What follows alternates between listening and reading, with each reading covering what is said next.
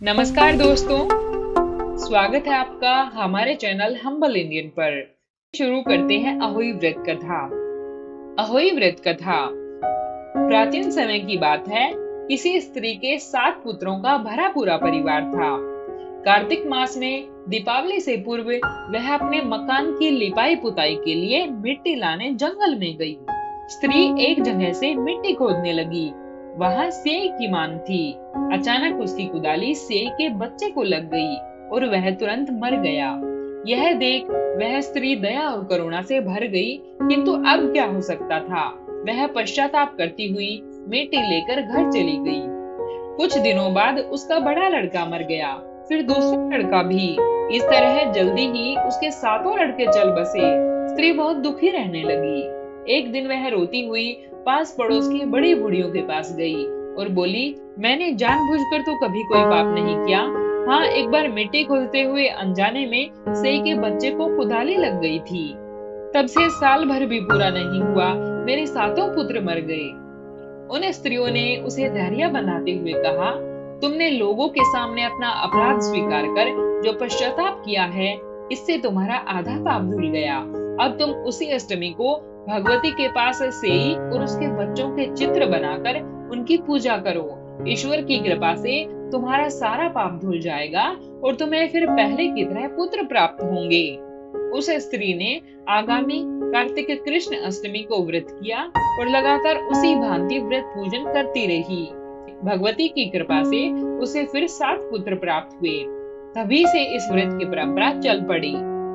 अहोई की दूसरी कथा प्राचीन समय की बात है।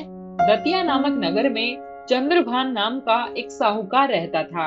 उसकी पत्नी का नाम चंद्रिका था। चंद्रिका बहुत गुणवान, शील, सौंदर्यपूर्ण, चरित्रवान और पतिव्रता स्त्री थी। उनके कई संतानें हुई, लेकिन वे अल्पकाल में ही चल बसी। संतानों के इस प्रकार मर जाने से दोनों बहुत दुखी रहते थे। पति पत्नी सोचा करते थे कि मरने के बाद हमारी धन संपत्ति का वारिस कौन होगा।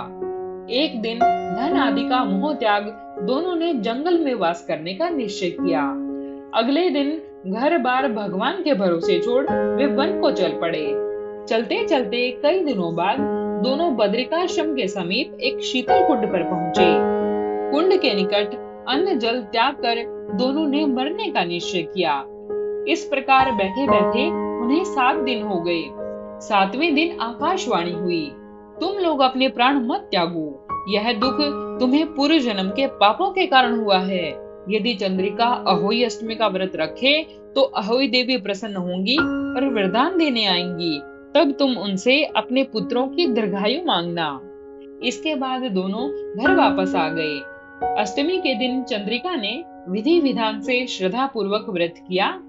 रात्रि को पति पत्नी ने स्नान कर स्वच्छ वस्त्र धारण किए।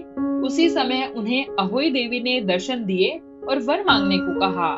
तब चंद्रिका ने वर मांगा कि मेरे बच्चे कम आयु में ही देवलोक को चले जाते हैं, उन्हें दीर्घायु होने का वरदान दे दें। अहोई देवी ने तथास्तु कहा और अंतर्ध्यान हो गई। कुछ दिनों बाद चंद्रिका को पुत्र रतन की प्राप्ति हुई, जो बहुत विद्वान, प्रतापी और दीर्घायु हुआ। हे अहोई माता, जिस प्रकार आपने चंद्रिका के बच्चों को दीर्घायु होने का वरदान दिया, इसी प्रकार हमारे बच्चों को भी देने की कृपा करना। बोलो अहोई माता की जय।